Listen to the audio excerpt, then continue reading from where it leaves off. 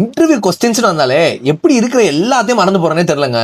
Tell me about your செல்ஃப்னு கேட்குறப்போ என் பேரை கூட மறந்துடுறேங்க. இன்டர்வியூக்கு முன்னாடி ChatGPT கூட தான் ப்ராக்டிஸே பண்றேன். மார்க்கெட்டிங் ரோலுக்கு காமனான கொஸ்டின்ஸ் என்னென்ன அண்ட் என்னோட ஆன்சர்ஸை எப்படி இம்ப்ரூவ் பண்ணலாம் ChatGPT.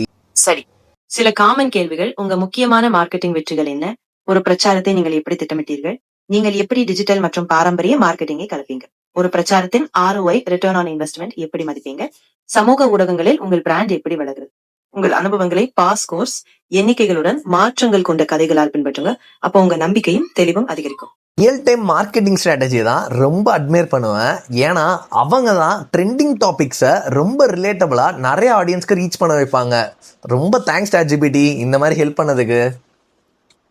ஆமாம், நான் எப்படி கான்ஃபிடென்ட்டாகவும் அதே டைமில் நேச்சுரலாகவும் இன்டர்வியூவில் பேசுறது, என்ன மாதிரி ட்ரிக்கி கொஸ்டின்ஸ்னா HR கேட்க சான்சஸ் நிறைய இருக்கு. ஓவர் கான்ஃபிடென்ட்டாக இல்லாமல் என்னோட ஸ்ட்ரென்த்தை எப்படி நான் எக்ஸ்பிளைன் பண்ணலாம் சொல்லணும்னா தமிழில் ப்ராக்டிஸ் பண்ணுறது ரொம்ப ஹெல்ப்ஃபுல்லாக இருக்குது. என்னால் கிளியராக யோசிக்க முடியுது, டென்ஷனே ஆக மாட்டேங்குது. எனக்கு என்ன தோணுதோ அது கரெக்டாக புரியுதுங்க. அப்புறம் அதை இங்கிலீஷில் கன்வெர்ட் பண்ணி பேசுறதுக்கு ரொம்ப ஈஸியாக இருக்குங்க. இதுக்கு முன்னாடி இதுதான் என் லைஃப்லேயே ஸ்ட்ரெஸ் இல்லாமல் இருக்கிற ஒரு மொமெண்ட்.